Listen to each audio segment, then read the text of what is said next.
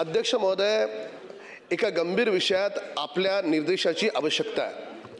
आपण लाडकी बहीण योजना सुरू केली, अतिशय क्रांतिकारी योजना, लाखो बहिणींना त्याचा फायदा मिळाला आणि एक आमदार या नात्यानं मी माझ्या घाटकोपरमध्ये जवळपास प्रत्येक घरामध्ये फॉर्म भरून घेतले।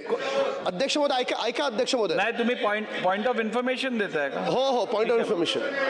तर माझ्या मतदारसंघात भरून घेतले। आजही काही महिला माझ्या घरी आल्या, अध्यक्ष महोदय, आजही महिला काही घरी आल्या आणि त्यांचं म्हणणं एवढं आहे की सुरुवातीला 2 महिन्याचे त्यांना पैसे आले, काही महिलांना एका महिन्याचे पैसे आले आणि नंतर ते पैसे यायचे बंद झाले।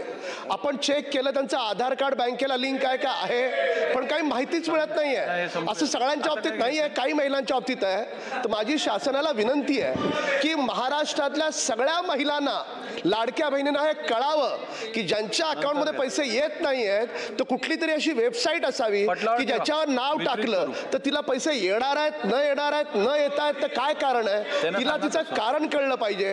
कारण ती लाडकी बहीण आजही आशेवर आहे की मला 2 महिन्याचे पैसे मिळाले, पुढचे पैसे मला मिळणार की नाही मिळणार। माहितीबद्दल धन्यवाद। निर्देश द्यावेत की सरकारनं अशा स्वरूपाची वेबसाईट सुरू करावी।